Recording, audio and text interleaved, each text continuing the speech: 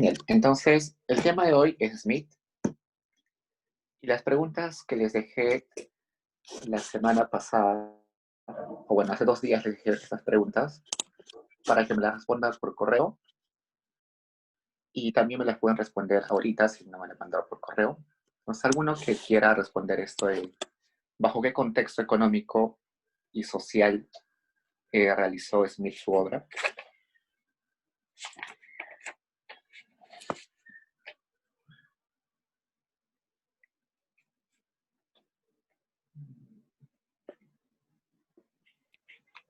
Revolución industrial. Ya. ¿Quieres desarrollar un poquito más de ese tema? ¿Qué pasó en la revolución industrial? ¿Qué cambios hubo? Se estaban haciendo cambios de producción. Smith habla sobre la división del trabajo, aumenta la productividad y por tanto genera mayor riqueza en un país, en una economía. Ya, genial. ¿Alguien más? Creo que se podría agregar que con la división de trabajo y la industrialización se puede lograr una mejor especialización, ¿no? También lo menciona en la lectura, pero son uno de los beneficios que hubo en esa época, ¿no? Creo que eso es Genial. algo que agregaría, nada más. ¿Qué tal, Diego? ¿Qué tal? También quería agregar que, bueno, Smith fue, muy aparte que escribió el libro o estuvo en contexto de la Revolución Industrial, también fue un crítico de pensamiento de las actividades económicas, ¿no?, que prevalecían en su tiempo, y de un conjunto desordenado de ideas y acciones que él lo llamó como un sistema mercantilista, ¿no? Eso es lo que quería agregar. Exacto. Muy bien. Entonces, Smith aparece o vive en una época donde se estaba culminando una transición entre la economía feudal y la economía capitalista, ¿no? Ya estaba implantada una economía capitalista, pero él es capaz de observar ese cambio que hubo de lo feudal a lo capitalista. Entonces, él destaca que cuando estábamos en una economía servil como la feudal, en la Edad Media, no había intercambio intenso de mercancías. Había muy poco intercambio. Las personas solamente producían para subsistir y eventualmente cuando había algún excedente podían intercambiar. Entonces no había un mercado definido. Pero sucede que con el pasar del tiempo, durante unos 200, 150, 200 años, sucedió un fenómeno interesante. Sucedió, por un lado, que, bueno, empezamos con el periodo inicial, ¿ya? En la época feudal sucedía lo siguiente. Sucedía que había trabajadores, por ejemplo, un carpintero, que producía muebles con sus propias herramientas. Tenía sus herramientas, producía muebles, producía un mueble quizás en una semana, porque hacía todo el proceso, desde cortar la madera, eh, clavar la madera, darle forma, lijarlas, pintarlas. Entonces, él hacía todo el proceso. Este carpintero no dedicaba todo su tiempo a hacer muebles, sino que también hacía actividades de subsistencia. Es decir, tenía una pequeña parcela, cultivaba algunos vegetales y también tenía algunos animales para consumir carne o leche. Eso quiere decir que la unidad productiva o su taller productivo estaba ligado a su actividad familiar o doméstica. Su taller estaba en su mismo hogar, detrás de su casa estaba su taller. Es decir, que lo familiar y lo productivo estaba totalmente ligado. ¿Qué hacía con el mueble que él producía? Se lo vendía a un mercader. Este mercader agarraba su mercancía y lo llevaba a otro territorio, a otro pueblo, quizás a otro país, a otra nación, a otro estado, y lo trataba de vender ahí. Entonces, eso era el comercio normal en la época medieval y un poquito más. Pero resulta que llega un momento en que los costos de transporte se reducen drásticamente. Se crean nuevas tecnologías, nuevas tecnologías energéticas, nuevas formas de producir energía. Los barcos son más fáciles son menos costosos de manejar. Antes se hundían un montón de barcos, ahora que la tecnología permite que no se hundan los barcos, usualmente. Y además surge una cosa adicional, que hay una explosión demográfica. Entonces, al haber explosión demográfica, hay más mercado, hay más demanda, hay más gente que quiere esos muebles del carpintero. Y además es muy fácil ahora con los costos de transporte bajos llevar ese mueble a lugares más lejanos. Entonces, ese mueble ahora tiene la posibilidad de ser vendido a más gente y a lugares más lejanos. El mercader que se dedica a llevar el mueble se da cuenta de que cada vez le piden más muebles, pero el carpintero no puede producir más muebles porque es una sola persona que produce un mueble a la semana. Y además le dice, si quieres, el carpintero le dice, si quieres que produzca más muebles, no tengo cómo comprar herramientas. Entonces el mercader le dice, yo te compro, o yo compro la herramienta y te la doy para que produzcas, te la presto para que produzcas. Entonces ahí es donde empieza, en ese momento empieza este efecto de que el trabajador ya no es dueño de sus herramientas, ya no es dueño de sus factores productivos adicionales a su trabajo. Es decir, empieza a ser solamente dueño de sus horas de trabajo, pero ya no es dueño de sus herramientas. Este proceso va cambiando con el tiempo, se va acentuando, y resulta que con el tiempo el mercader puede comprar madera a menor precio y dárselo al trabajador. Entonces el trabajador ya no pone ni la madera, ya no pone ni las herramientas, ni la pintura, nada, solamente pone su fuerza de trabajo. El mercader se da cuenta de que ir todo el tiempo al taller del carpintero le toma mucho tiempo y prefiere comprar un local él y llevar a varios carpinteros ahí. Entonces ahí empieza esta ruptura entre el espacio doméstico y el espacio del trabajo. Ya el trabajo ya no se hace en casa, sino ahora se hace en una fábrica. Luego, en la fábrica, ya se dan cuenta de que cada carpintero que hacía un mueble a la semana, y se dividen las actividades o las etapas de producción, serían más productivos. Y ahí empieza ese proceso de división del trabajo. Este proceso dura un montón de años, 150, 200 años, en el cual se transita una economía feudal a una economía ya capitalista. A la par con esto, sucede que la explosión demográfica que existió sobre todo en Inglaterra hace que haya una demanda creciente por alimentos. Resulta que, como inicialmente había muy poca población, los alimentos no eran difíciles de producir. Por tanto, las tierras no eran muy codiciadas. Una persona que producía en una parcela de tierra, se le acababan los nutrientes de esa tierra, se iba a otra tierra y como nadie reclamaba por esa tierra porque no era sinónimo de riqueza la tierra, iba a producir y nadie le reclamaba. Se acababan los nutrientes de la tierra, se iba a otra tierra, el dueño no le decía nada, producía y ya. Entonces la tierra no era vista como riqueza o no era apreciada porque no daba mucho rendimiento. Pero cuando llega esta explosión demográfica, la demanda por alimentos crece muy rápido. En ese sentido, las tierras se hacen más codiciadas. La tierra, que es el único lugar donde se puede sacar alimentos, se hace más codiciada y por tanto las personas empiezan a cercar los terrenos. Eso Marx le llama con el tiempo apropiación originaria.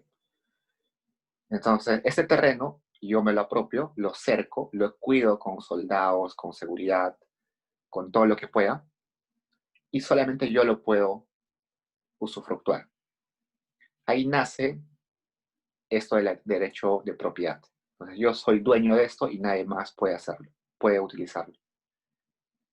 Entonces, eso también es parte del capitalismo, esa acumulación originaria donde pocos capitalistas se hacen con la mayor cantidad de tierras, es uno de los pasos iniciales del capitalismo. Esto a su vez origina de que como yo soy dueño de mi tierra, no voy a dejar que otro se aproveche de ella. Si antes yo producía en una tierra y luego se quedaba sin nutrientes, entonces dejaba la tierra y me iba por otra tierra hasta dejarla sin nutrientes y así tierra por tierra. Ahora no puedo hacer eso. Si se acaban los nutrientes en mi tierra, no puedo irme a otra tierra porque debería comprar esa tierra. Entonces, ¿qué hago? Solamente tengo que buscar la forma más eficiente de hacer que mi tierra siga produciendo. Entonces, llego a la innovación. Es ese momento en el cual los fertilizantes naturales, como el humus o el guano, se hacen bastante codiciados. Estas innovaciones permiten de que cuando se le acaben los nutrientes a mi tierra, puedo reponer los nutrientes artificialmente. Y de esa forma, la tecnología también progresa mucho, mucho más rápido. Con el tiempo, se crean fertilizantes artificiales y otros tipos de producción agrícola. Entonces, todo este proceso de cambiar de una economía bastante débil, un mercado muy chiquito, que transita una economía grande, una economía eh, capitalista, es lo que ve Smith y lo que teoriza él.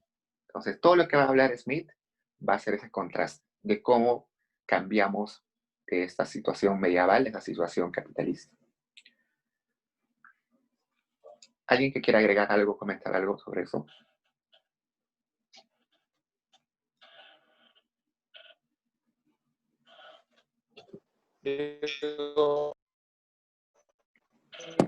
Dime, Adrián.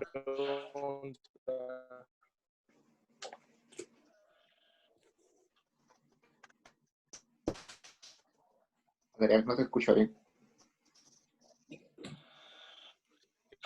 Tú has aplicado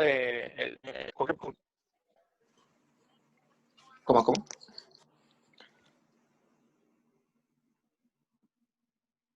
No escuché bien a Adrián.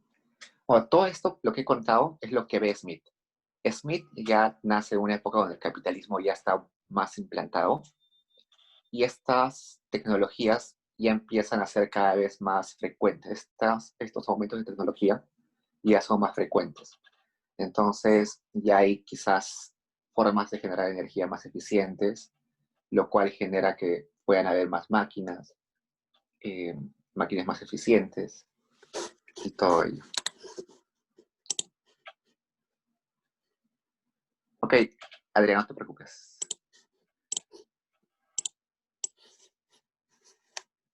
¿Alguien que pueda comentar la segunda pregunta? ¿Cuál es la contribución de Smith para nuestra disciplina? Hola, Diego. ¿Qué tal, Bernice? Tal vez ahí entraría el sistema de libertad natural y el libre mercado, que él lo comenta. Por ejemplo, Smith dice que en el sistema de libertad natural el interés personal de cada individuo, funcionando a través de la división del trabajo y la acumulación de capital, genera beneficios para toda la sociedad. Y bueno, y también argumenta que el libre mercado es de hecho un mecanismo ingenioso, ¿no? Que se regula a sí mismo mediante las acciones recíprocas de la oferta y la demanda, ¿no? Y bueno, indica cuando hay mayor oferta, también cuando hay menor oferta, ¿no? Por ejemplo, en la cantidad que ofrezco en el mercado es inferior a la demanda que genera, esto de inmediato dará origen a una competencia y el precio del mercado se elevará más o menos por encima del precio, ¿no? Y también ocurre viceversa, ¿no? Cuando la cantidad es superior a la demanda, el precio del mercado caerá más o menos por debajo de su precio natural, ¿no? Yo creo que eso para mí fue, o sea, lo más importante en lo que, bueno, describe en la letra B, ¿no? Perfecto. Benny, ¿tienes algún comentario? Sí, Diego, justo quería agregar, aparte de lo que dijo mi compañera, que para mí, como principales contribuciones, yo creo que tenemos el fomento del liberalismo económico, la promoción del comercio internacional, y además que Smith profundizó mucho acerca de la definición del trabajo, ¿no? Menciona que se tiene que apostar por una economía descolada del Estado, ya que cuando las personas buscan su propio interés, la propia persona por instinto se deja llevar o sea, por el instinto de búsqueda de beneficio personal, y ese beneficio que aparentemente es personal, Smith menciona que al final termina siendo beneficio para toda la sociedad. Y es por ello que la intervención del Estado en la economía, tal y como se hacía en ese entonces, con un pensamiento que creo que era mercantilista, no haría otra que empeorar los resultados dados por el libre mercado. O sea, para mí también, si no me equivoco, menciona que el Estado solo debería prestar como que los servicios básicos, ¿no? De seguridad, justicia, educación. Y además mencionó también que el tema del trabajo, al darse cuenta de que se podía aumentar la producción, o sea, con una división de ahí puso el ejemplo de la fábrica de los alfileres. Y por último, enfatiza la importancia del comercio internacional al mencionar que cada nación será más productiva en la fabricación de unos bienes, menos en otros, ¿no? Y ahí es cuando ya mete las definiciones de la especialización de los bienes, o sea, de la creación de bienes y la teoría de la ventaja absoluta y comparativa. Perfecto, Beni. Lisbeth. Bueno, para añadir lo de la división de trabajo, que era necesario para que la productividad aumente, porque así como que cada persona se especializaba en algo, y como explicó en el ejemplo de la fabricación de alfileres, que con una distribución de como que áreas para la fabricación de un bien específico, se podría ser más eficiente que si un trabajador trabajase independientemente. Y así como obtenidos los bienes producidos, como consecuencia de esta división, los bienes finales deberían de ser comercializados, y esto se da por medio del intercambio. Y acá señala que los seres humanos buscan su interés propio, por ello el intercambio se da que si bien yo necesito algo, la otra persona va a necesitar también otra cosa, y va a tener como que un beneficio más grande. Además habla como que de libre mercado, que como que el gobierno no debería de intervenir, porque como que ya existe una mano invisible que la regula en sí, y que el valor de un producto dependerá de cuánto tiempo ha tomado un trabajador el esfuerzo necesario para producirlo. Genial. Mixeli. Sí, como complementando la parte que dijo una de mis compañeras, uno de los aportes que dio Adam Smith fue en cuestión al sistema de los precios, como el precio del mercado en relación a la oferta y la demanda, y el precio natural, que es la derivación de los precios de producción, como la tierra, el trabajo y el capital.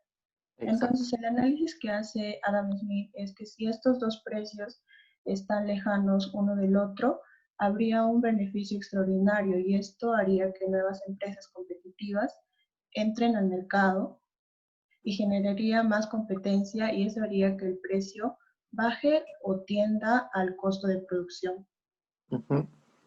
Perfecto. Adauto. Sí, también añadiendo que Smith habla también sobre los salarios, o sea, es la división del beneficio que genera el capital y el beneficio del propio trabajo, ¿no? Para referirse a los salarios. Y habla sobre un salario natural que es como que necesario para la subsistencia, y que a partir de ese valor se va añadiendo otras características que hagan que el salario sea diferente entre los diferentes cargos, ¿no? Y aparte añade que los salarios en realidad están regulados por el valor que se estima del trabajo, y no precisamente por cuánto gasto va a haber. Sí, está bien, Shamari. Claudia, ¿también querías comentar algo? Sí, porque quería solo añadir que Adam Smith también puso en la mesa la relación entre el trabajador y los patronos, en que cuando ya se dio la propiedad privada y la acumulación de capital, se tenía que establecer un salario y que habían dos fuerzas, o sea, el trabajador iba a empujar para subir el salario y el patrono iba a empujar para bajar el salario y que tenía más ventaja el patrono de establecer un precio más bajo, o sea, el salario. Pero había un límite, porque el trabajador también tenía que subsistir, o si no, ya no era productivo. Es interesante ese punto que habla Smith también y lo que añadió a la economía actual.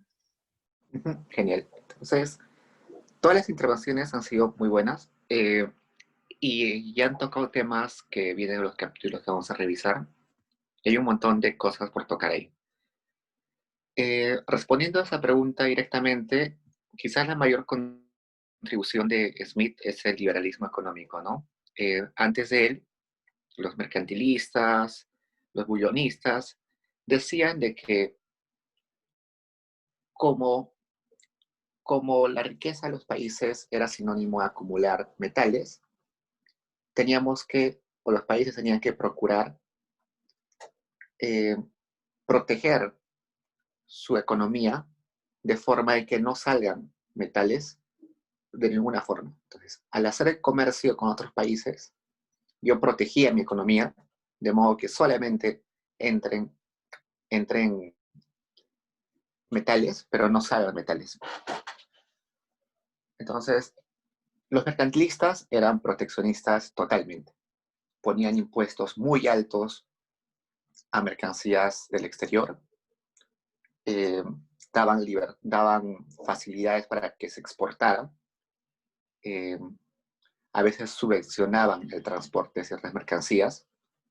Entonces, todo ese paradigma de proteccionismo estaba basado en que el comercio era una actividad de suma cero. ¿Por qué?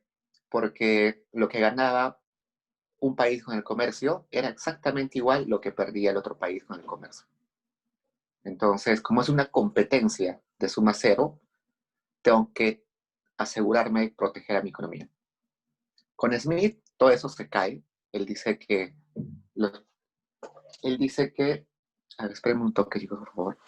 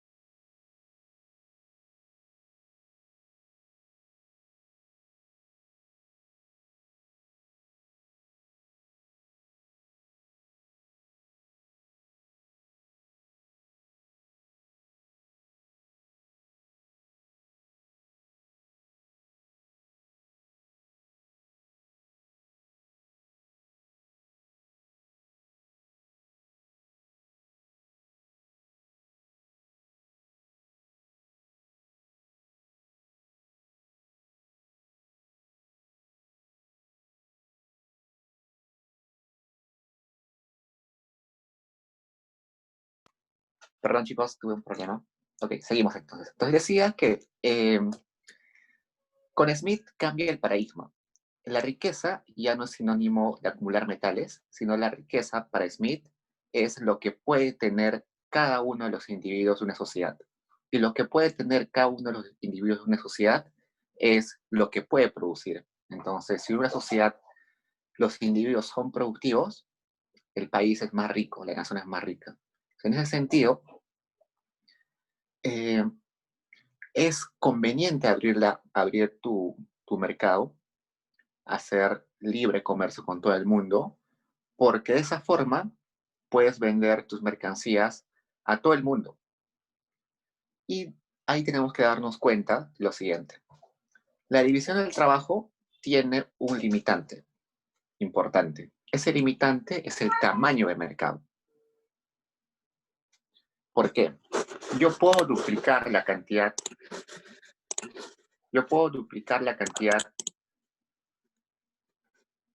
¿Me escuchan, chicos?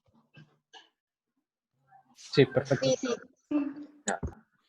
Yo puedo duplicar la cantidad de alfileres que pueda producir en mi fábrica, pero no sirve de nada duplicar mi cantidad de alfileres mediante la división del trabajo si no puedo colocar esos en un mercado, si no puedo encontrar compradores.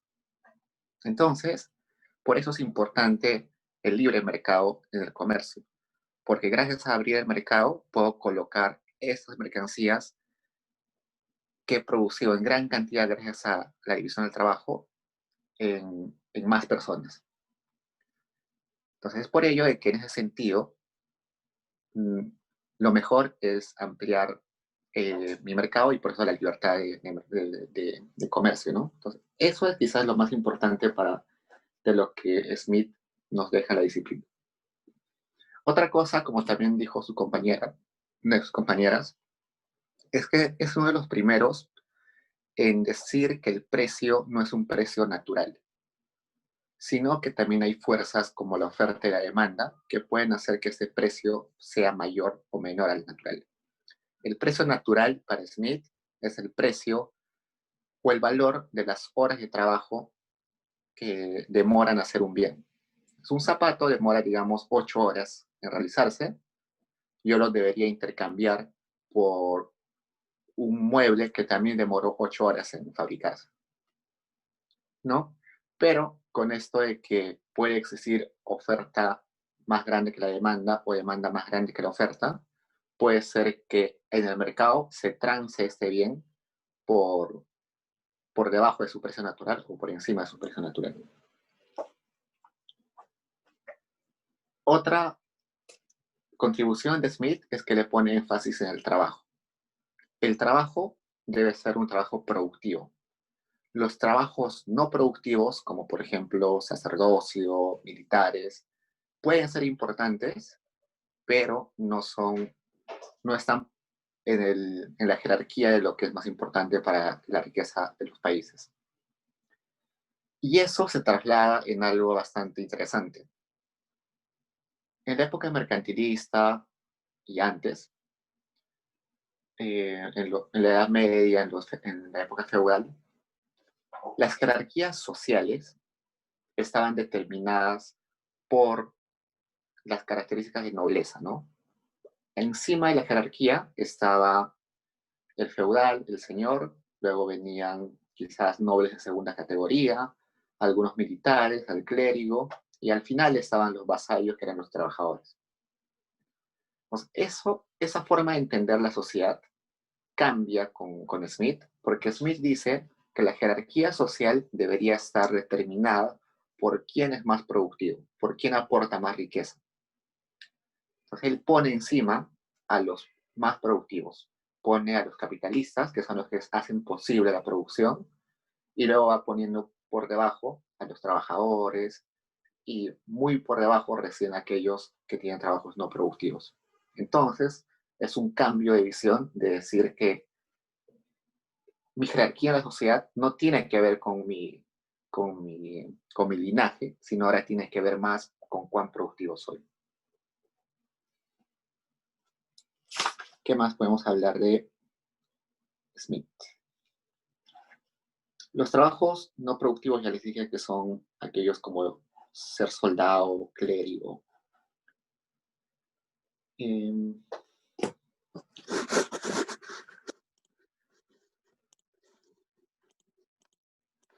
Finalmente, esta pregunta. ¿Alguien que quiera contestar esa pregunta? ¿Consideran que hay alguna influencia de Smith en las políticas económicas y sociales actualmente?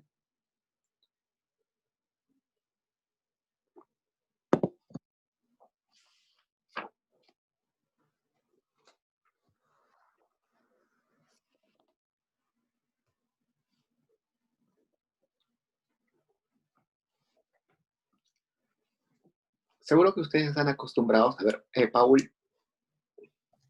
Ya, creo que algo podría ser la existencia de los salarios de subsistencia, que estas deben ser mínimo, o sea, deben ser más de lo que una persona necesite para sobrevivir, e incluso debe ser incluso más para que pueda subsidiar a sus hijos y así el trabajo en un futuro, en una generación siguiente, o sea, no sea escaso.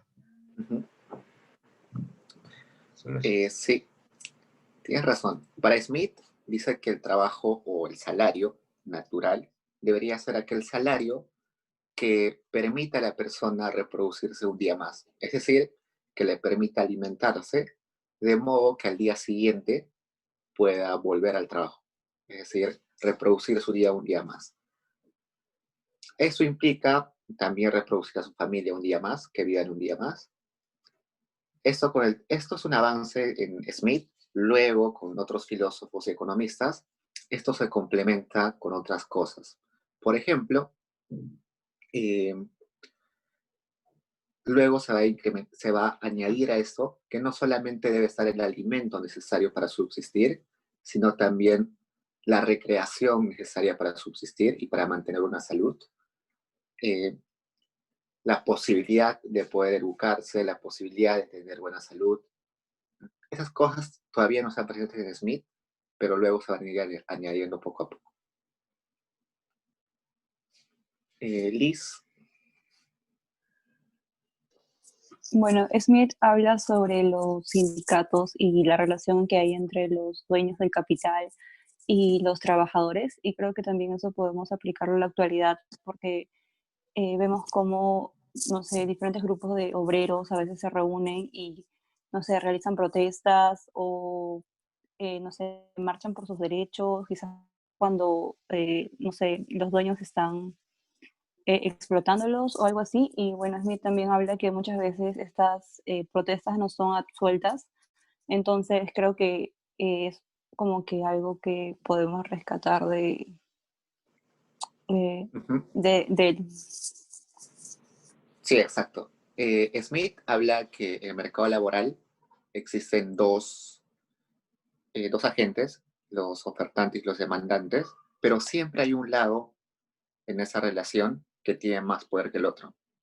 Los que contratan el trabajo, que son los empresarios, son los que tienen poder de negociación mayor y por tanto eso va a generar siempre conflictos. Entonces, él ya ve desde su teoría que los conflictos de mercado laboral pueden ser frecuentes. Y es así, ¿no? Por eso, luego de algunas décadas, nacen los sindicatos, el proletariado se organiza, hay protestas reivindicatorias a derechos sociales. Entonces, él ya estaba previendo eso, lo cual es interesante. Rosa. Sí. ¿O quién está? Sí, profesor.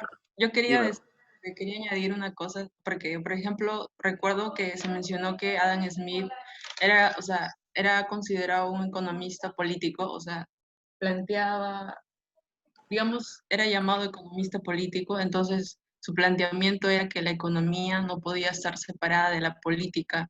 Entonces, y me parece que eso es hasta la actualidad, o sea, en las políticas económicas y sociales se toma en cuenta que la economía es muy importante para la política. Entonces, creo que eso sería un gran aporte, aunque quizá hay muchas variantes en la actualidad, ¿no? Que se considera que el Estado o las políticas, o el sector político debe estar separado de lo económico, pero creo que eso es un aporte, digamos, o una influencia de Smith, ¿no?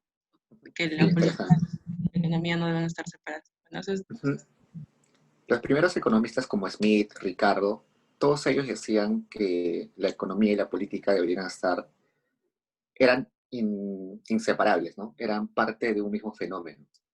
Con el tiempo la economía trató de hacerse cada vez más técnica y llegó un momento en el cual decíamos que la política estaba separada de la economía.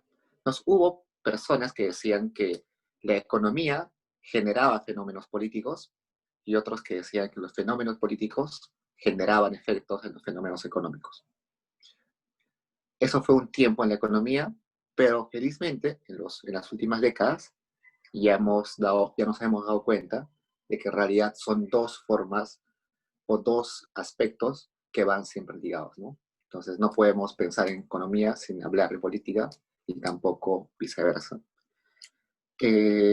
Andrea. Sí, yo quería mencionar algo breve sobre las políticas actuales económicas.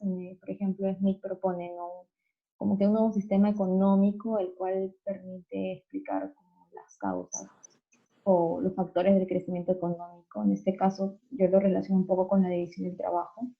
Y por otro lado, en cuanto a las políticas sociales, creo que resalto cuando Smith menciona tanto el empleo y su relación con los salarios, y así como la ventaja que existe y la recompensa que tiene la libertad del trabajo cuando hay trabajadores independientes. Genial. Cuando hablas de trabajadores independientes, me trae a la mente lo siguiente. Smith era uno de los que decía que tener trabajadores esclavos no era rentable, que era mejor tener trabajadores libres. Entonces, eso, por ejemplo, tuvo implicancias importantes en Estados Unidos cuando hubo la lucha para deslegalizar o prohibir la esclavitud, ¿no? Hubo una guerra entre el sur y el norte en Estados Unidos, donde una parte decía que había que eliminar la esclavitud, y si bien es cierto, había cierta argumentación moral, ética, humanista, también había una argumentación económica. Los que empezaron a luchar no lo lucharon por razones filosóficas ni morales, sino porque se dieron cuenta que tener esclavos era más costoso que contratar gente. ¿Por qué? Porque si tú tienes un trabajador y ya no te sirve, entre comillas, porque, no sé, se volvió muy lento, no se actualizó en las herramientas que debe utilizar, simplemente lo despides y te olvidas. Pero si tienes un trabajador, si tienes un esclavo, no lo puedes despedir porque ya es tuyo, es tu propiedad. Y no te puedes deshacer de él, porque si te deshaces de él, estás destruyendo tu propia riqueza, porque el esclavo es tu riqueza. Entonces, y si se enferma tu esclavo, tienes que curarlo sí o sí. No curarlo es dejar de que se pierda tu inversión ahí. Entonces, eso ya lo decía Smith y que luego tuvo repercusiones para deslegalizar la esclavitud. Medrano. Sí, bueno, quería agregar algunas cosas de lo que había dicho anterior mi compañera sobre los sindicatos, solo para decir que también las clases, los empresarios tenían un poder político, ¿no? Y cuando se formaban los sindicatos de trabajadores también habían unos que usaban la violencia y bueno, y siempre terminaban como que no eran apoyados, ¿no? Del todo porque tenían los sindicatos de los empresarios ese poder. Y también lo último que estabas nombrando sobre los esclavos y los trabajadores independientes, o sea, en el texto también nombra, ¿no? Que en los años de abundancia como que los sirvientes abandonaban frecuentemente a sus patronos, ¿no? Y confiaban en su subsistencia lo que puedan obtener en su propio esfuerzo. Y también pasaba como que en los periodos de escasez, la dificultad e incertidumbre de la subsistencia hace que todas esas personas estén ansiosas a regresar a sus empleos, ¿no? Justo lo que estabas comentando.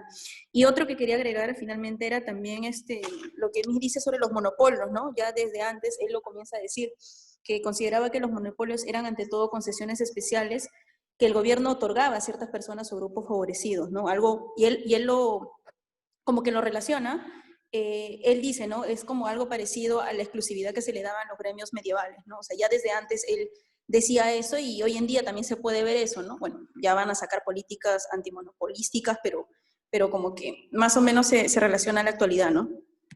Tienes razón. Entonces, si hablamos de eficiencia en un mercado, deberíamos decir que un bien o un factor productivo tiene que ser propiedad de aquel que mejor lo va a utilizar o que más lo valora.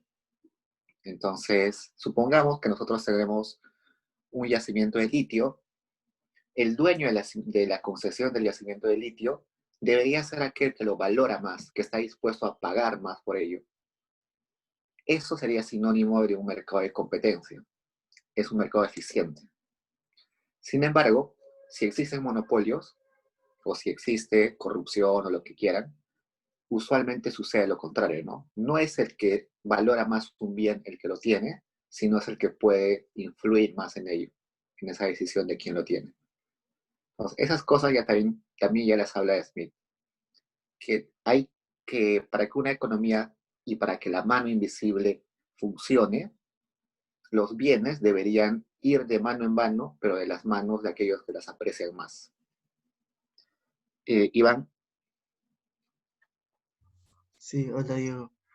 Este tema que está mencionando sobre sindicatos, trabajadores y relación a división de trabajo me ha recordado un debate político que a veces he visto, no tanto, no sé si en otros sectores de la economía, pero sí a nivel de universidades, acerca de la tercerización y, o sea, la tercerización de trabajadores, como por ejemplo en el caso de nuestra universidad, los trabajadores de EUTE, ¿no?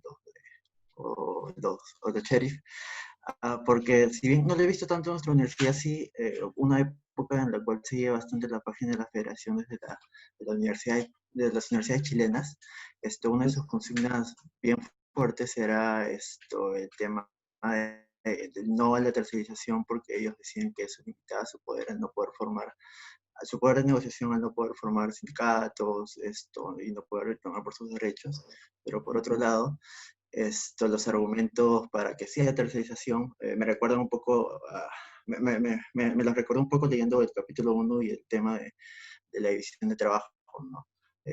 Porque al justamente las universidades o cualquier otra empresa tercerizar cierta parte de sus actividades, están justamente no sé, ahorrando tiempo, dándole la responsabilidad a personas que están especializadas en ciertas actividades, entre otras cosas, ¿no? Entonces, por ahí, no sé, la relación, este debate que podría haber sobre la tercerización con Claro, interesante.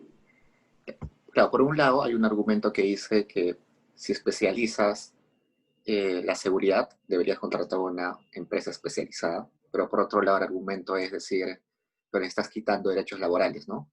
Los sindicatos han nacido básicamente para suplir o para mejorar ese poder de negociación en el cual estaban en desventaja los trabajadores frente a los empresarios, ¿no?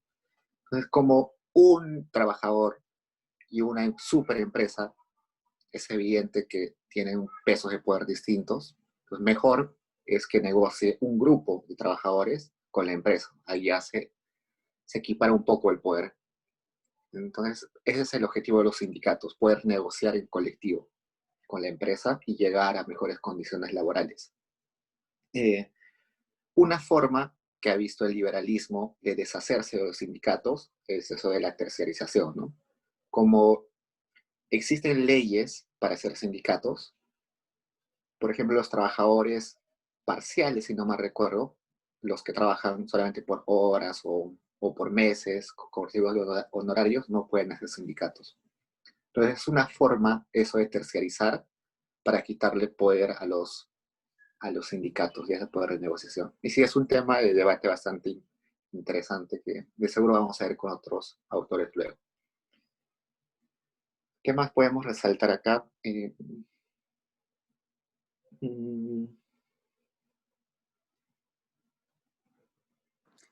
¿Puedo aportar algo, Diego? Sí, dime, Adriana. Sí, no, Berenice. Berenice, perdón, Berenice. Nombraste hace un momento también sobre los militares y reyes, ¿no? Entonces, Smith dice, sería absurdo de que ellos son, o sea, ellos son los principales despilfarradores de dinero y sería absurdo de que ellos manejen nuestra economía, ¿no? Y eso se ve también hoy en día. ¿Por qué confiar en gobernantes que si son los primeros en no tener una buena gestión económica, ¿no? Que se ve en todos en los distritos, en fin, ¿no? Y siempre cuando ya terminando la gestión, tratan de gastar todo el dinero en inversión para poder tener como un recurso más adelante, ¿no? Y siempre, no sé, bueno, es algo que yo puedo compararlo, ¿no? Ahora. Sí, tienes mucha razón. Adriana. Sí, hola. Em, yo quería decir algo que fácil se va más por el tema del egoísmo.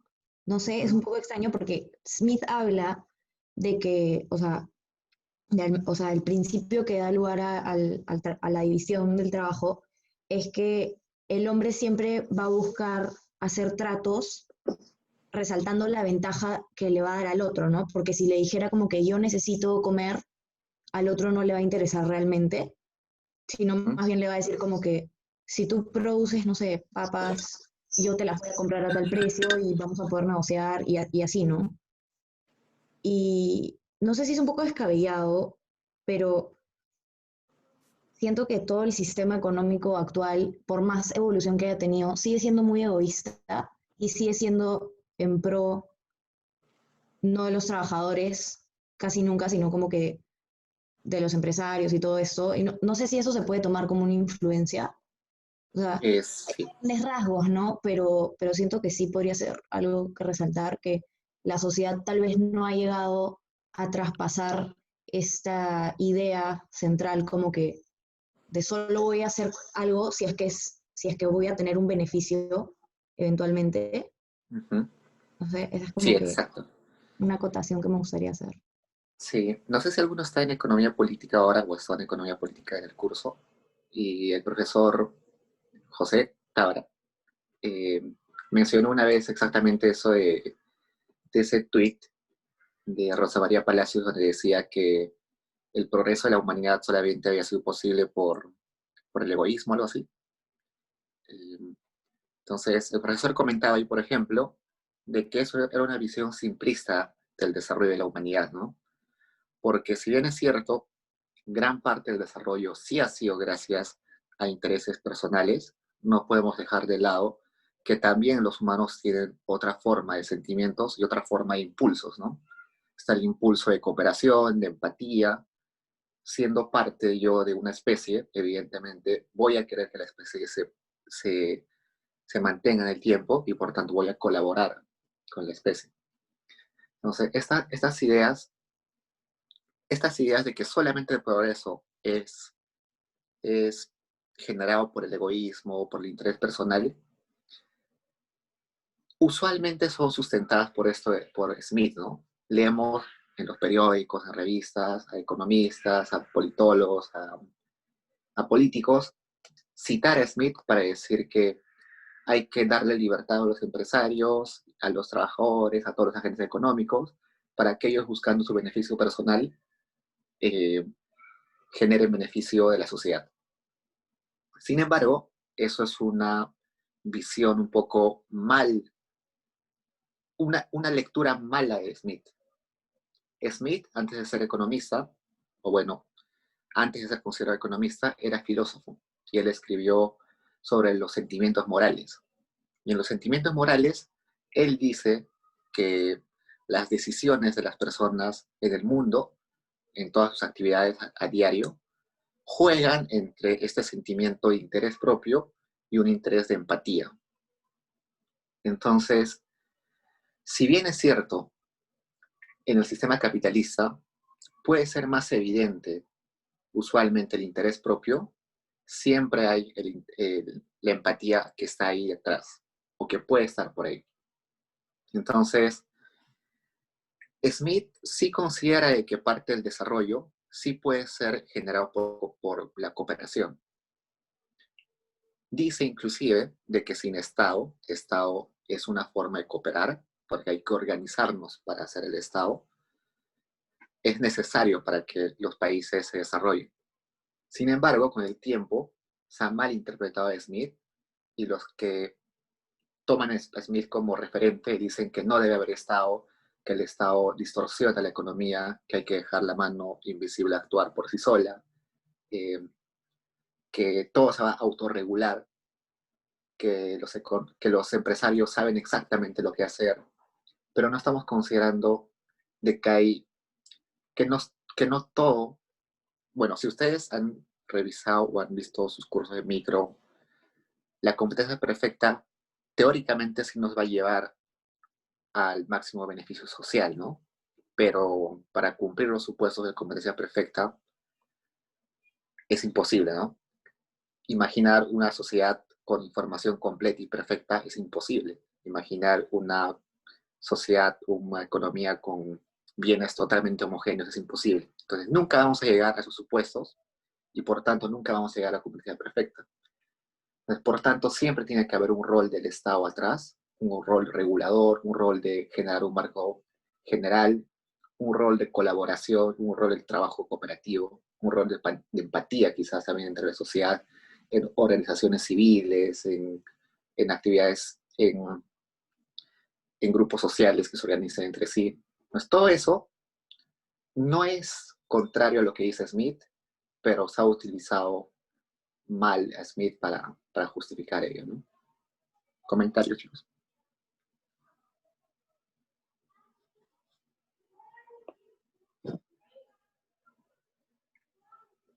Entonces, hay autores en economía que siempre hay que ser cuidadosos al leer, como Smith, Marx, Ricardo, porque son autores que se pueden interpretar mal y al final pueden ser utilizados para argumentar o fundamentar cosas que ellos nunca quisieron decir. Eso pasa usualmente con los filósofos, ¿no? Por ejemplo, Nietzsche, que era un filósofo genial, al final su filosofía fue utilizada para fundamentar el nazismo. Entonces, y eso porque las personas leemos mal a un autor o lo leemos parcialmente o lo vemos sesgadamente. Como economistas, ustedes, lo recomendable sería de que profundicen un poco de Smith, un poco de Marx, y para que no se dejen engañar por algunos que utilizan mal los argumentos de esos autores, ¿no? Entonces, en Smith yo diría, por ejemplo, que hay una gran influencia en políticas económicas y sociales hoy en día, porque lo que se busca hoy, sobre todo en los ministerios de Economía, los ministerios de Producción, es lograr que haya libre competencia, ¿no? Se hacen tratados de libre comercio, se busca reducir los aranceles, se busca una economía global, no se busca economías cerradas. Por otro lado, también está esto de las políticas de competitividad, que tienen que ver bastante con esto de mejorar la productividad de los trabajadores. La división del trabajo es un esfuerzo para ello. Con la división del trabajo, cada trabajador se hace más productivo y eso es lo que hasta hoy tenemos en el plan de competitividad nacional, que es mejorar la cantidad de producción de cada trabajador por hora. ¿Alguien que quisiera complementar eso? O algo adicional.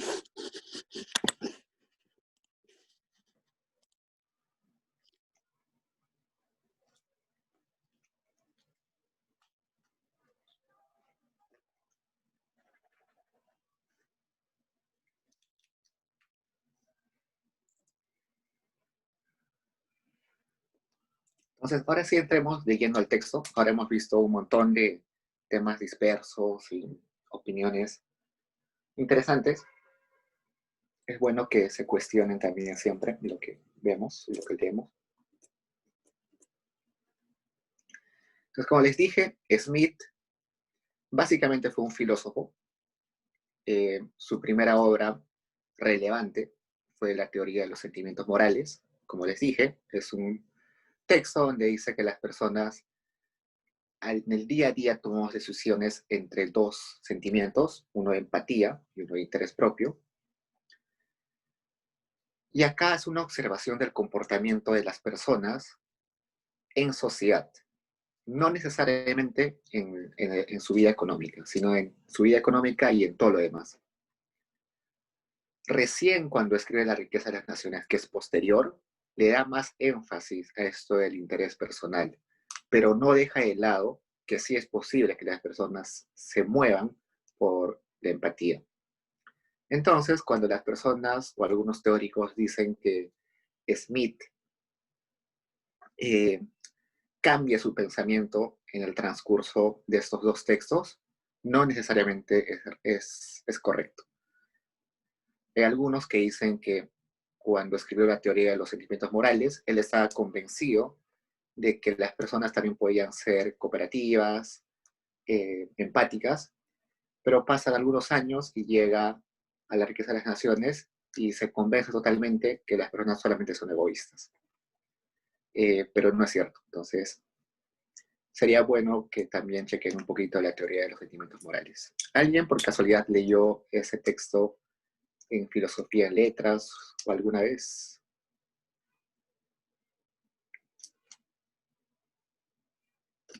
¿O conoce sobre ese texto?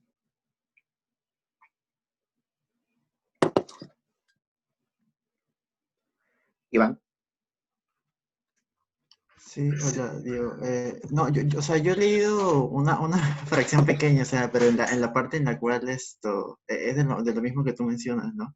Que hablaban de cómo Smith llamaba a una especie de espectador imparcial, que es una especie de desdoblamiento de la personalidad que hace que no solo podamos ver nuestra conducta y juzgarla individualmente, sino que también la evaluamos condicionada a los resultados sociales, ¿no? Tipo, o sea, no nos precipitamos hacia un individualismo egoísta porque existen lazos familiares, de amistad, de vecindad y nacionalidad que nos impiden, ¿no? Entonces ahí está el tema de que no solo nos guiamos por el propio interés, sino por la simpatía hacia los demás. Lo que tú dices. Sí, eso al final,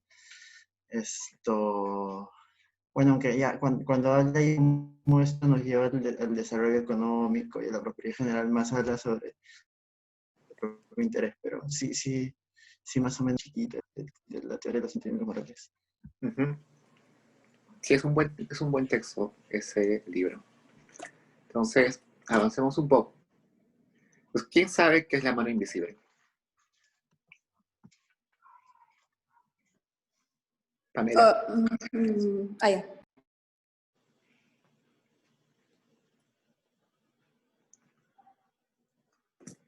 Pamela, ¿querías participar? Estaba silenciado. La mano invisible es lo que se refiere al mercado, a cómo la oferta y la demanda van a definir el precio. Más o menos, sí.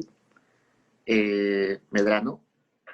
Sí, Smith dice que los mercados deben autorregularse como si estuvieran guiados por una mano invisible, ¿no? E impulsados por el interés personal de cada individuo.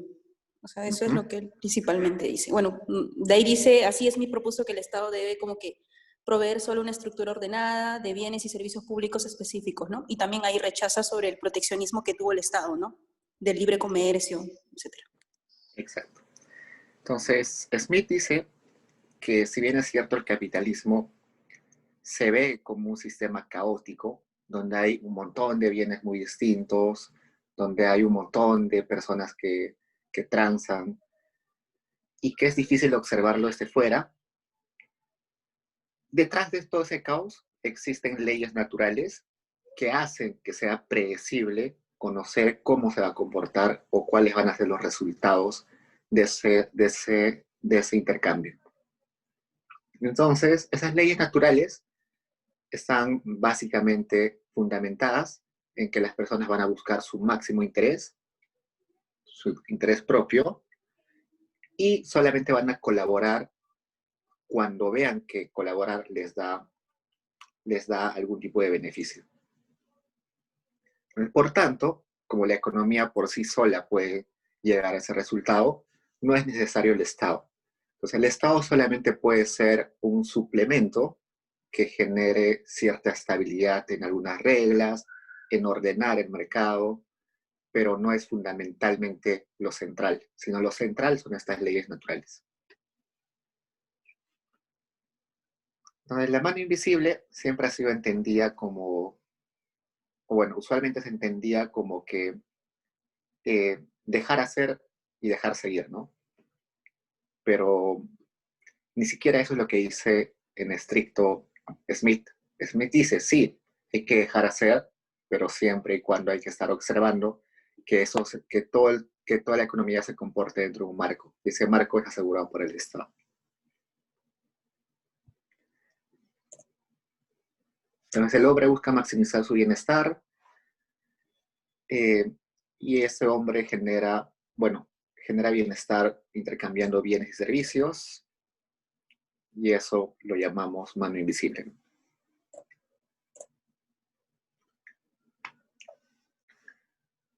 Acá resaltamos un poco lo que ya dijeron ustedes. Se sientan las bases económicas para el capitalismo. Smith es uno de los primeros en teorizar cómo se comporta el capitalismo. Antes de él todavía no se habían dado cuenta que ya habíamos culminado ese proceso de pasar de lo feudal al capitalismo. Es uno de los primeros que se da cuenta de eso.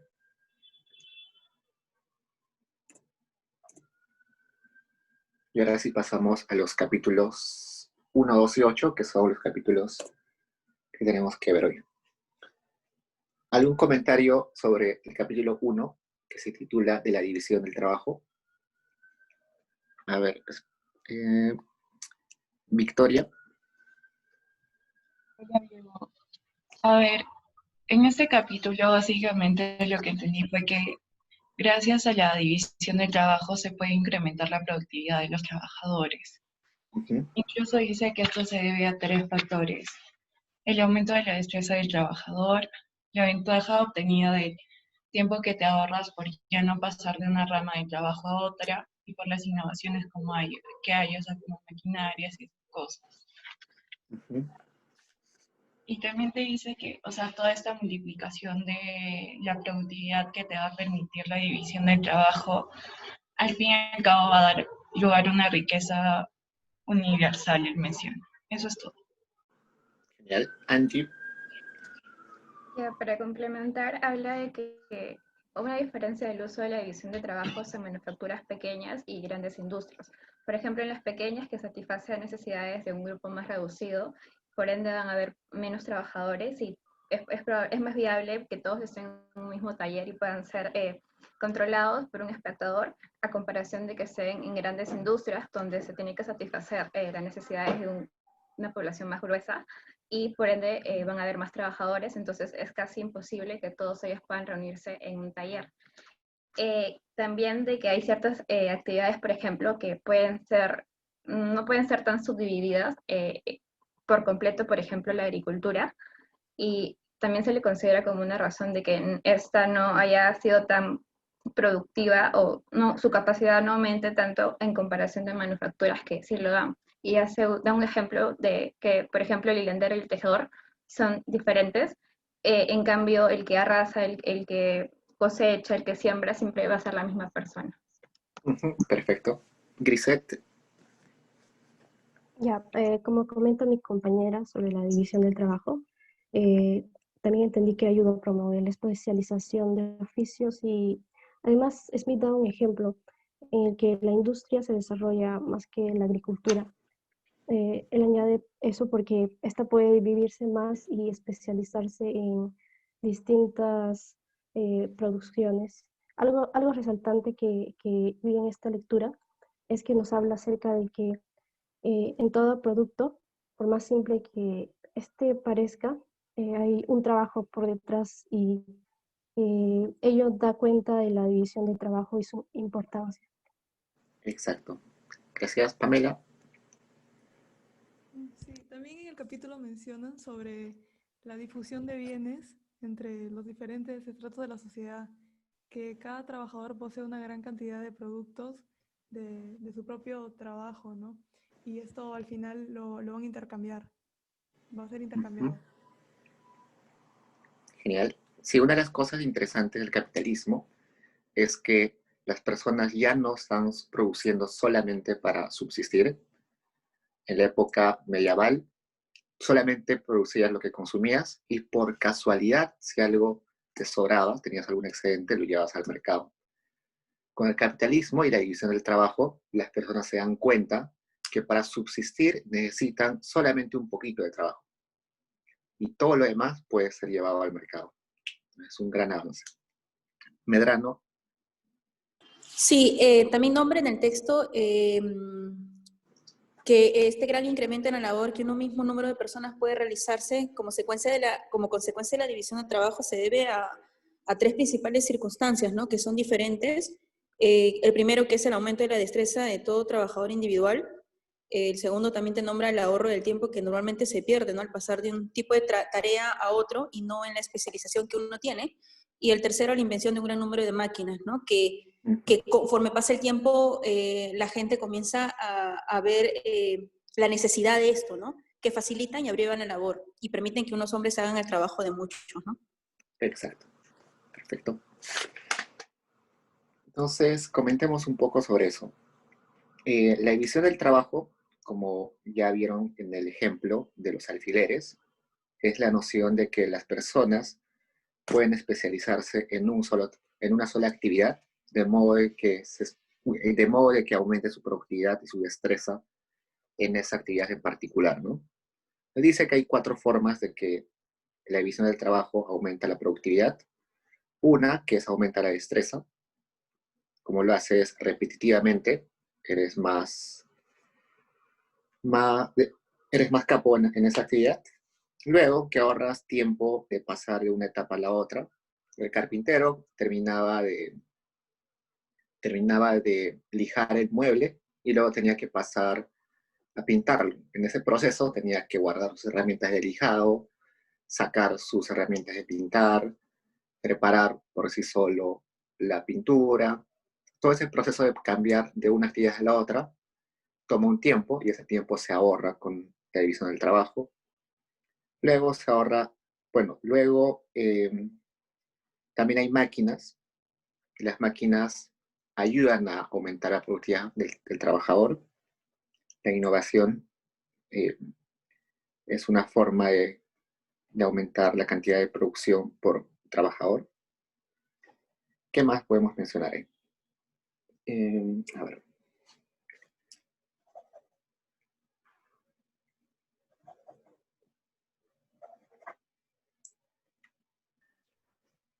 Yo. Dime, Adauto, Chamberí. La profesora también mencionó en clase esto fue esto de las innovaciones en maquinarias quizás si hubiera es algo como que se tiene en cuestionamiento de que al tener ese tipo de especialización de que la persona solamente hace una cosa quizás no se cumple mucho lo que él dice acerca de su ejemplo del muchacho que creó una máquina para que tenga más tiempo para jugar. Pero para eso también Smith menciona que no todos han sido fabricados específicamente con ese tipo de ejemplos, sino también ahí habla de los filósofos o de personas que solamente están mirando y como que dan sus ideas para que se creen las máquinas. Sí, perfecto. Entonces, hay por rescatar varias cosas. Una, por ejemplo, que si bien es cierto, Smith dice que la división del trabajo genera un montón de nuevas posibilidades de producción y hacer crecer la economía y hacer más rico un país, también puede tener desventajas en el largo plazo. Una de las desventajas que menciona es que las personas, al hacer solamente una actividad, van a dejar de realizar, de desarrollar otras habilidades que como humanos deberíamos desarrollar, como la reflexión, o la dedicación a uno mismo, ¿no? Y que eso puede traer algunos problemas en el largo plazo. Otro problema que hice menciona es que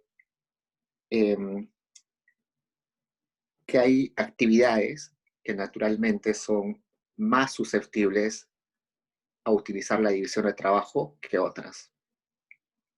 Por ahí su compañera mencionó a la agricultura, ¿no? La agricultura no es fácil en la agricultura aplicar la división del trabajo porque en un mes, digamos en enero, todos se dedican a cosechar y a fin de año todos se dedican a sembrar.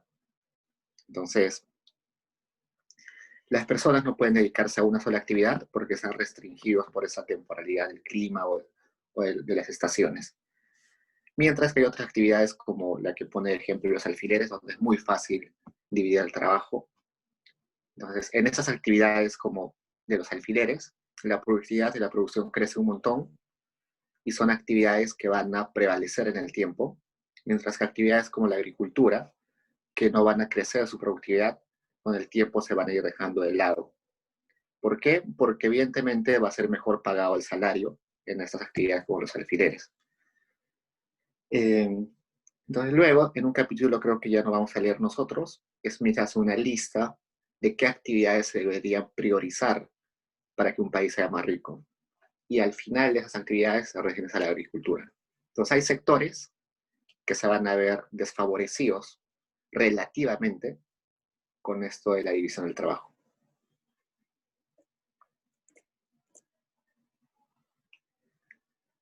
Acá veamos algunos apuntes.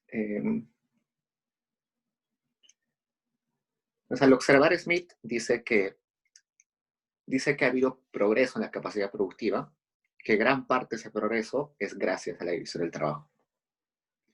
Específicamente algunas manufacturas, como dijimos, hay algunas que se benefician más de la división del trabajo que otras. Y además, en la última oración que ven ahí, dice que la especialización no es solamente dentro de cada producción de cada bien, sino también es una especialización de actividades, lo que da luego lugar a que haya personas que se especializan en ciertos oficios o en ciertas profesiones. En la Edad Media dijimos que las personas tenían su taller dentro de su propia casa y por tanto, por ejemplo, el carpintero a la vez era agricultor y a la vez era ganadero. Y quizás también hacía alguna actividad por ahí para su autosubsistencia. Ahora, con esto de la especialización, este carpintero solamente va a ser carpintero. Ya va a dejar esas actividades de agricultura y ganadería porque ya son bienes de los cuales ya puede disponer tranquilamente del mercado. Pues acá están las tres formas en las cuales la división del trabajo aumenta la productividad, ya las hemos mencionado.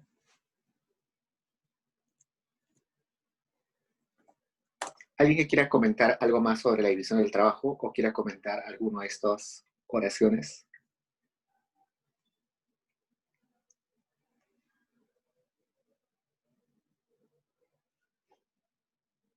Rosa. Sí, profesor, yo quería comentar acerca de la última que habla de estas comodidades que solemos suponer equivocadamente que son fáciles y sencillas de conseguir. Me parece que tienen como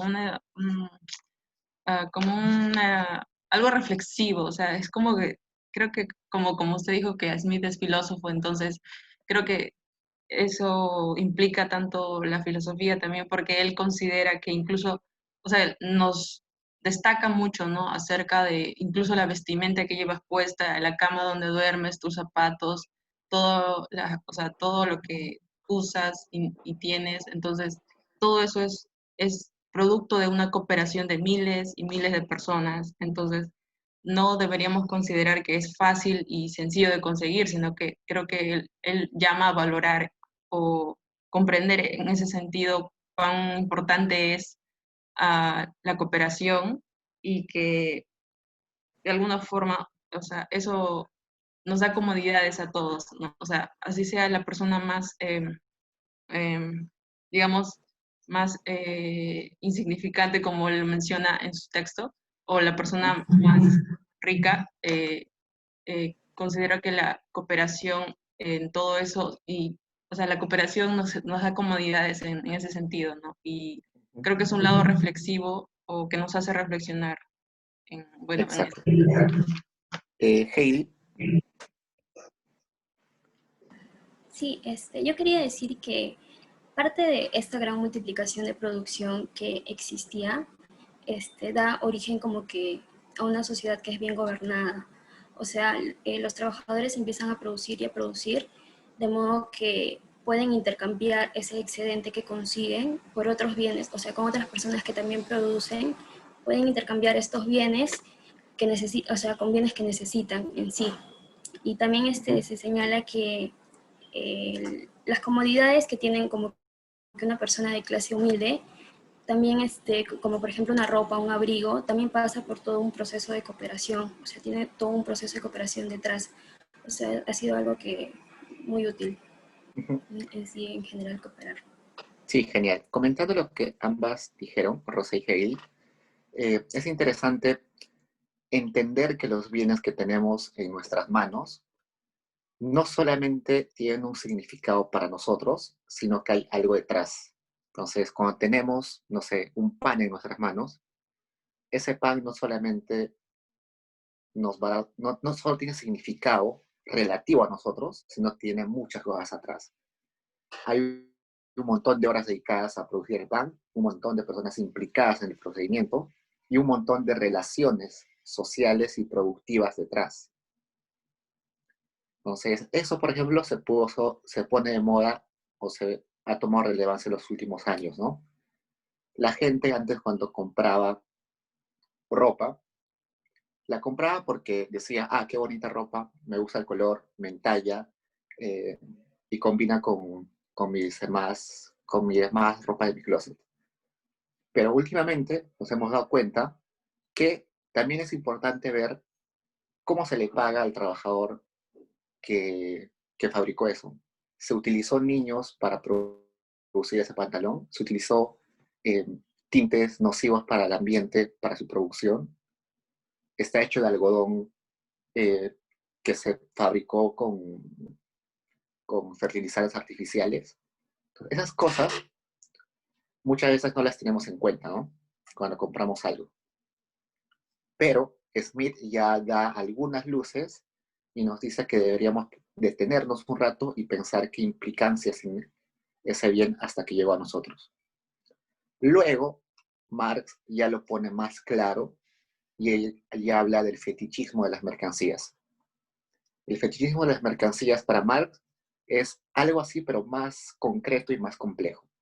Él dice que solamente estamos enfocados en la satisfacción que nos da un bien y solamente nos importa la satisfacción que nos da una mercancía, pero no nos damos cuenta que hay relaciones de poder detrás de ese bien.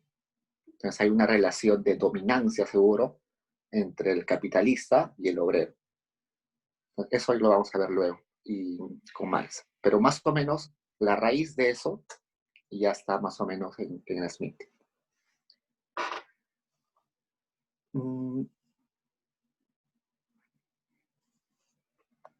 A ver, veamos qué más podemos comentar acá.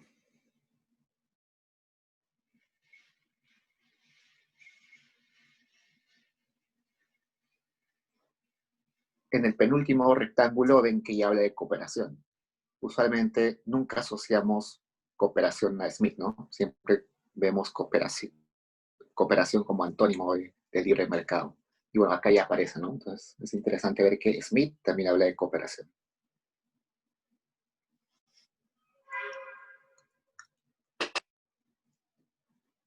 Una cosa relevante en Smith es que cambia el paradigma de lo que es el precio de un bien. Antes de Smith se entendía que el precio de un bien era equivalente a la cantidad de horas que yo dedico a fabricar ese bien. Si yo dedico 8 horas a fabricar un zapato, tengo que intercambiarlo por bienes que también hayan sido producidos en horas. Entonces, eso era el valor. Con Smith, el paradigma cambia y él dice que el precio está compuesto por el salario, por la ganancia que quiere recibir el capitalista y por el pago de la renta al dueño de la tierra. Entonces, no solamente en el precio está la cantidad de trabajo que vamos a poner en el bien, sino también están otros factores, que es lo que gana el capitalista y lo que gana el terrateniente. Eso va a implicar de que el precio natural no sea siempre el precio de mercado. El precio natural ese es el precio al cual, es el precio que decíamos que es equivalente a la cantidad de horas que destino para producir un bien. Puede haber ocasiones en las cuales en el mercado un bien se venda por debajo de ese precio natural, o ocasiones que se venda por encima de ese precio natural. Y eso va a depender de cuán grande sea la oferta y la demanda de esos bienes. Entonces, supongamos una fresa siempre va a tener la misma cantidad de horas para producirla, ¿no? Para cosecharla, sembrarla, limpiarla, llevarla al mercado. Pero en la estacionalidad de fresas, de seguro va a ser más barata, porque la oferta es alta de fresas, y en otras épocas va a ser escasa y por lo tanto su precio va a ser alto. Entonces, ya Smith nos dice que el precio no solamente está dependiendo de la cantidad de trabajo, sino está dependiendo de cómo se relaciona la demanda y la oferta, ¿no? Eso es importante porque aunque hoy eso nos parezca obvio, el primero que se dio cuenta de eso es Smith.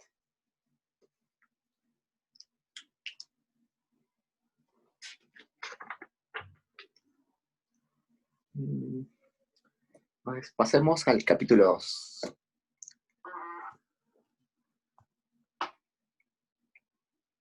Exacto, el lucro. Rosa acá me dice que es el lucro, exacto. ¿Alguien que me comente sobre el capítulo 2? Andrea. Sí, básicamente, resumiendo lo que entendí en este capítulo, es que la disposición por las personas, ¿no? de intercambiar, de negociar, esa necesidad es lo que origina principalmente la división del trabajo, ¿no? Y también se menciona de que se hace una diferencia entre los humanos y los animales y otras especies, porque esa necesidad aparece solamente en las personas, más no en los animales. Entonces también se menciona sobre que los humanos podemos actuar en base a contratos, mientras que los animales no. Y también se hace mención sobre la especialización en algo y por el hecho de que se puede intercambiar también labores y otras cosas. Exacto. Mixeli. Sí, también menciona que la división de trabajo no es un efecto de ninguna sabiduría humana, sino que es consecuencia de la naturaleza humana. Es como una propensión de cambiar una cosa por otra. También menciona que en una sociedad civilizada, el humano estará constantemente necesitado de la cooperación y ayudas de otras personas. Entonces, la mayor parte de sus necesidades será satisfecha, como todos los demás, mediante un trato, un trueque o una compra. Entonces, mediante estos mecanismos se obtienen todos los demás bienes que las personas necesitan. Esta disposición es lo que se llama en general la división de trabajo. Y de acuerdo con su propio interés, la fabricación de algunos bienes llega a ser una actividad principal. Después, cada persona debe dedicarse a una ocupación en particular. Y así el excedente de cada persona se intercambia con el excedente del propio trabajo de otra persona. Perfecto. Claudia. Sí, o sea, habla sobre el sentido de pertenencia del hombre en una sociedad que necesita de una sociedad para subsistir. Entonces, ya que necesita de esta sociedad, no puede esperar de su benevolencia, de su generosidad para recibir su ayuda. Por lo tanto, hace referencia a su propio interés, de que se va a ver favorecido lo cual a lo que se llega a un trato. Él habla sobre el trato, trocar o intercambiar, lo que da origen a la división de trabajo, y usa el ejemplo sobre el armero, el que se dedica a fabricar los arcos y las flechas, y le sale, o sea, para él es más, les resulta mejor intercambiar los arcos en lugar de ir a cazar. Gracias. Andrea.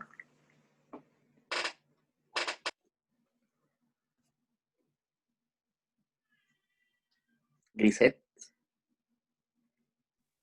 Ya, complementando lo que dijo anteriormente mi compañera Mixeli, según Smith, dada la propensión de la persona a generar la división del trabajo, he notado que él hace hincapié en el hecho de que no es la benevolencia del otro lo que permite obtener a otra persona un bien, sino es el beneficio que éste puede traerles, la maximización de sus beneficios. Y en este sentido, como mencionó mi compañera, los seres humanos intercambian los excedentes de su propio trabajo con el excedente de otra persona, de modo que se da una relación de dependencia entre los seres humanos. Genial. Berenice. Sí, bueno, en el capítulo 2 te dicen, esta división de trabajo no tuvo el origen en la genialidad de algún ser humano, ¿no? Sino que esta es consecuencia de la naturaleza humana que no pretende tales beneficios como, por ejemplo, la propensión a intercambiar una cosa por otra. Y bueno, ya lo nombraron mis compañeras, pero bueno, voy a complementar lo otro, que es que no podemos esperar los alimentos de la generosidad. Él pone ejemplos, ¿no? Como carnicero, del cervecero, del panadero, un ejemplo, sino más bien de la satisfacción de sus respectivos intereses, ¿no? Cuando acudimos a ellos no apelamos a su altruismo, sino a su egoísmo, y nunca hablamos de nuestras necesidades, sino de sus beneficios. Bueno, solo para complementar todo lo que dije. Genial.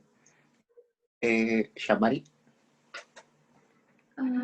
También habla de que esta especialización también se debe a la disposición que tiene cada persona para hacer crecer un talento. Habla de que en realidad las personas somos más semejantes de lo que parecemos, que a diferencia de los animales, a nosotros esa complementariedad o esa diferencia entre las cosas que hacemos mejor hace que sea útil para nuestro conocimiento. Genial. Entonces, lo que dice Smith es que la división de trabajo no es efecto de ninguna sabiduría humana. ¿Por qué dice eso? Porque según él, el intercambiar es un instinto natural de los seres humanos. Está en la naturaleza humana. Pues, le preguntan a Smith luego y le dicen, Smith, pero si intercambiar es una necesidad innata de los seres humanos, ¿por qué no intercambiaban intensivamente antes del capitalismo? Y Smith dice que no intercambiaban antes porque había restricciones en la sociedad y restricciones tecnológicas. Entonces pone como ejemplos a que como no había un mercado grande, la persona sí quería intercambiar, pero no tenía lugar donde hacerlo. Quería intercambiar con alguien de otro país o de otra nación, pero no podía porque los costos eran muy altos. En ese sentido, él dice que intercambiar es un instinto natural y esa necesidad de intercambiar bienes es lo que nos lleva a la división del trabajo. Porque la única forma de asegurarnos mayor cantidad de bienes a menores costos y acceder a todos los bienes con más facilidad es hacerlos más baratos. Y la forma de hacerlos más baratos es la división del trabajo que aumenta la productividad. Entonces, la división del trabajo no es que a alguien se le ocurrió y dijo, hay que dividir el trabajo porque yo sé que mi modelo económico lo dice así, sino porque nació naturalmente de las necesidades humanas.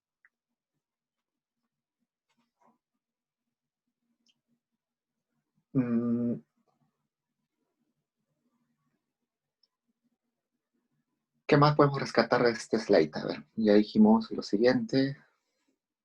Ya sus compañeras hablaron sobre la benevolencia. Entonces, Cuando cooperamos, no estamos cooperando porque, porque sí o sí, sino porque estamos cooperando, porque esa cooperación nos va a dar alguna ventaja, ¿no?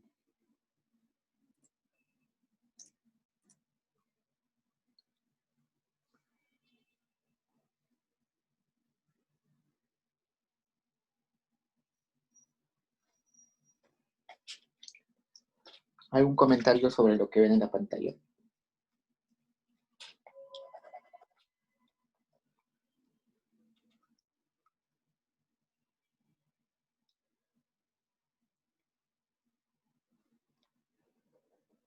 Sí, Diego, ¿puedo comentar la primera? Sí, dime, Shamel. Sí, donde dice el trato, el trueque y la compra son los medios de obtener los demás mayor parte de los bienes que recíprocamente tenemos. Bueno, se dice que al inicio era por trueque, los intercambios, luego por especies o bienes naturales, y luego eran por metales preciosos. Y para evitar fraudes se calibraban y grababan como que oficialmente que dio lugar a una moneda acuñada, ¿no? Y así se crea como que el dinero como un medio de intercambio. Y si la divisa es duradera y aceptada, reduce como que los costos de transacción, ¿no? Es como para reforzar la primera. Claro. Y complementando, hace un rato dije que según Smith había restricciones para que las personas no puedan intercambiar y no dejen salir esa necesidad, ¿no? Una de las restricciones también, adicionales a las que ya les dije, era esto de que no había una forma de intercambiar, no había un medio de intercambio que sea confiable para todos. Es decir, no había dinero. Entonces, yo quería intercambiar mis zapatos con un mueble, entonces era muy difícil, ¿no? Tenía que darle 10 pares de zapatos por un mueble, pero el carpintero no necesitaba 10 zapatos al mismo tiempo. Entonces, era muy difícil el intercambio porque no había este medio de pago, este medio de pago. Entonces, esa fue una de las restricciones. Una vez que se pone el dinero, que el dinero ya circula, ya eso facilita el intercambio y deja salir esta necesidad de las personas. Rosa. Sí, pero profesor, quería comentar el último, que es así este hombre va a cultivar y perfeccionar todo el talento que pueda para esa tarea en particular. Bueno, en el capítulo mencionan que la división de talentos y la división, o mejor dicho, que los hombres tengan diversas habilidades es como un efecto de la división del trabajo. Entonces, no es como que surge naturalmente y quizá creemos que nació así un ejemplo, y un ejemplo que da es acerca de un filósofo y un hombre que es como Pulgar, mozo de cuerda, lo menciona. Entonces, menciona que, por ejemplo, en sus primeros 8 años de vida, aparentemente podrían haber sido iguales y nada distinto entre ambos, pero conforme fueron creciendo y conforme a las actividades que se dedicaron, a su educación, costumbre, y etcétera, hábitos, entonces fue que perfeccionaron sus talentos, ¿no? Entonces, y luego habla de un fondo común que es que por más que todos seamos, o sea, como que da ejemplos de que no todos podemos dedicarnos como que a un mismo oficio, porque si no, no podríamos como avanzar. Y menciona luego un ejemplo de los perros, de que hay diferentes razas de perros, del galgos, perro pastor y así. Entonces, en sí, como que nuestros talentos también son efecto de la división del trabajo y bueno, así hincapié. Claro, y dice que el fondo común, bueno, en el fondo común dice que todos los talentos contribuyen al bienestar, ¿no? De alguna forma. Entonces, pasemos al capítulo 8. ¿Alguien quiere comentar sobre este capítulo? De los salarios de trabajo. Victoria.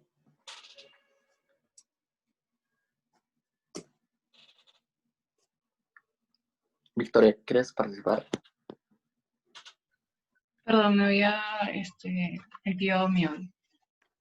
Él comienza relatando un estado original, como tú dijiste, inicio de clases, de que en ese entonces el trabajador podía ser dueño de todo, o sea, de todo lo que producía, pero que ahora con esa transición ya no, porque se tenía que descontar la renta y los beneficios de capital. Entonces, él dice que esto se descuenta, después que si bien no había un acuerdo explícito entre los burgueses, los salarios no se podían subir a más de una tasa, pero que tampoco se podían bajar, porque es más, creo que él dice que debe ser más el doble de la subsistencia del trabajador para que él pueda mantenerse a él y a sus hijos, y que no podía ir en contra de, o sea, bajar más el salario de esta tasa mínima, porque eso implicaría que en el largo plazo o la descendencia de los trabajadores desaparezca. También, o sea, puede haber tiempos en los que el salario no necesariamente se va a mantener en este acuerdo implícito que tienen los burgueses, sino que si la riqueza de la nación aumenta, los salarios también van a aumentar porque la demanda por trabajo va a aumentar. Básicamente eso. Exacto. Sí, entonces también aplica un poco de su análisis del mercado de bienes, también lo aplica similar a su análisis del mercado de trabajo. Entonces dice que sí hay un salario natural que es que la persona se pueda mantener con vida, reproducirse y su familia también, pero ese salario no es estable, ¿no? A veces puede subir, a veces puede bajar. Con el paradigma anterior, donde decíamos que el precio de una mercancía solamente era el trabajo de una persona, entonces el salario siempre era estable. Pero ahora no, ahora varía según también la oferta y la demanda por trabajo. Victoria. Estoy escuchando.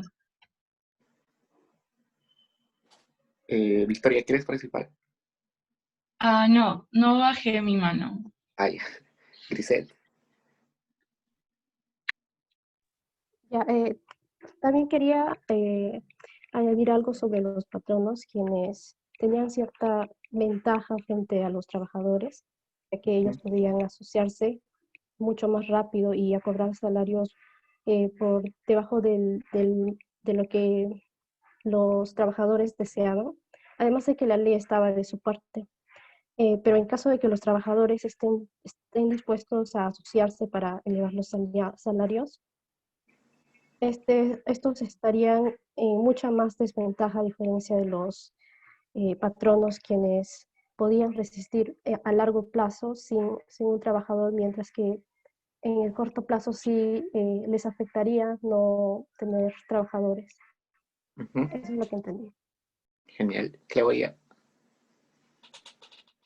Sí, que antes el trabajador disfrutaba de todo el producto, pero ya pasó a una relación de patrono y trabajador debido a que comenzó a desarrollarse la propiedad privada, ¿no? La propiedad de la tierra y la acumulación de capital.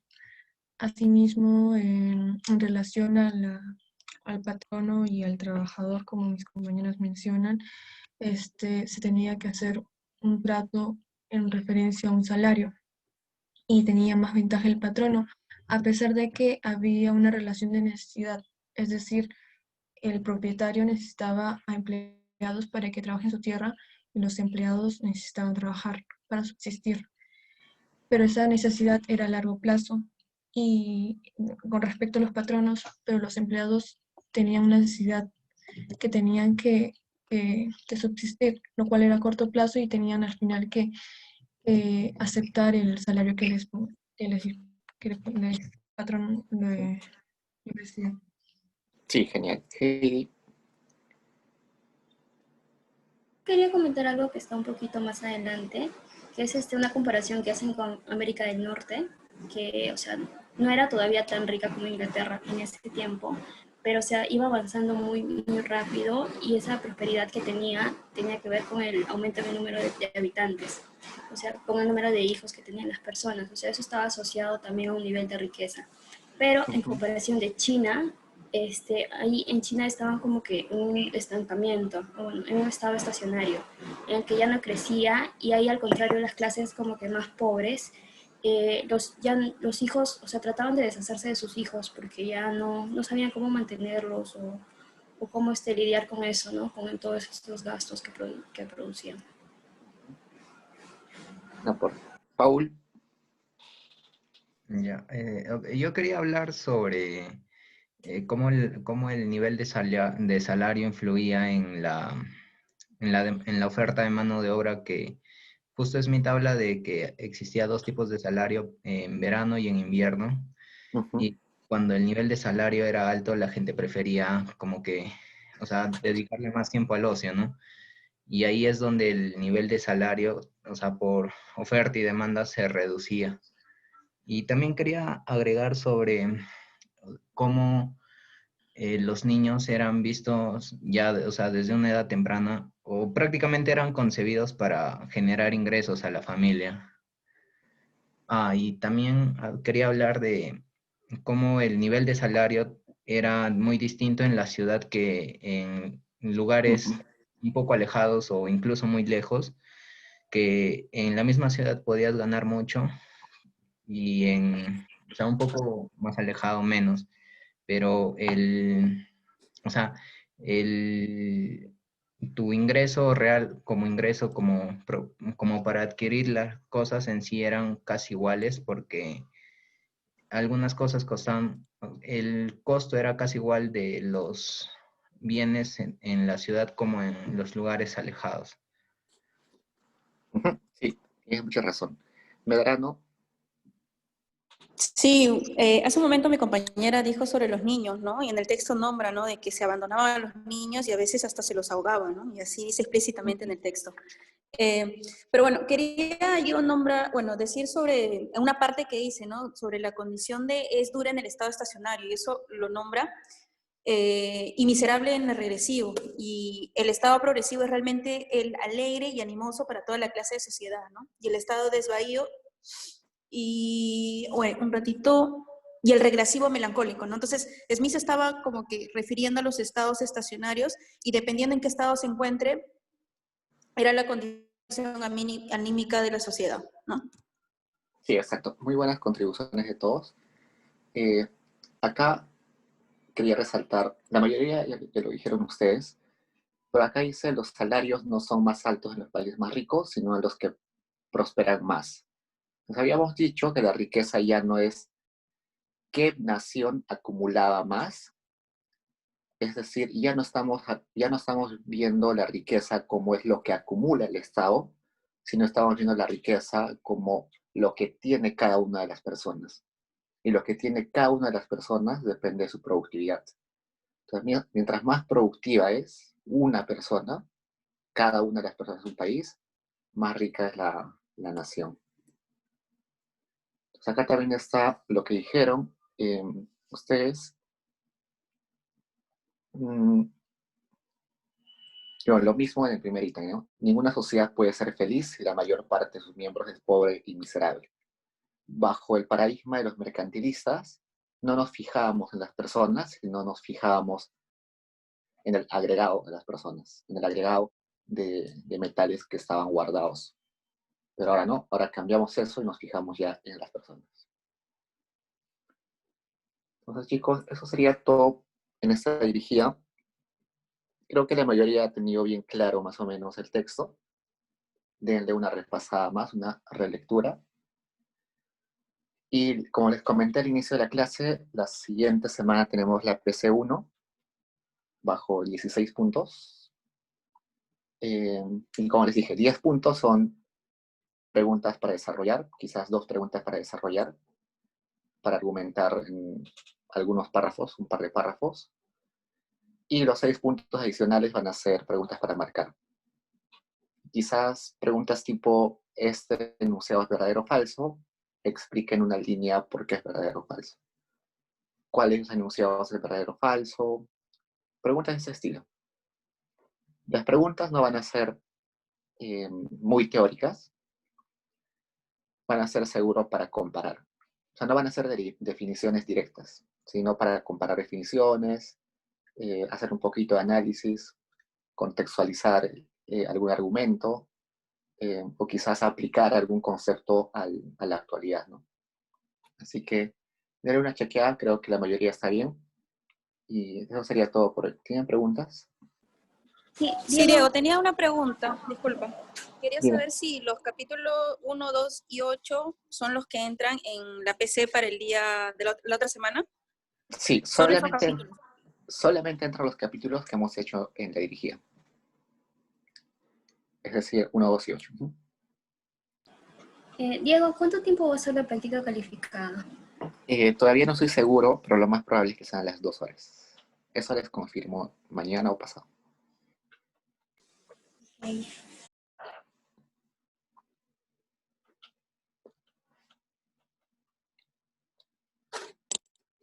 ¿Una pregunta más, chicos?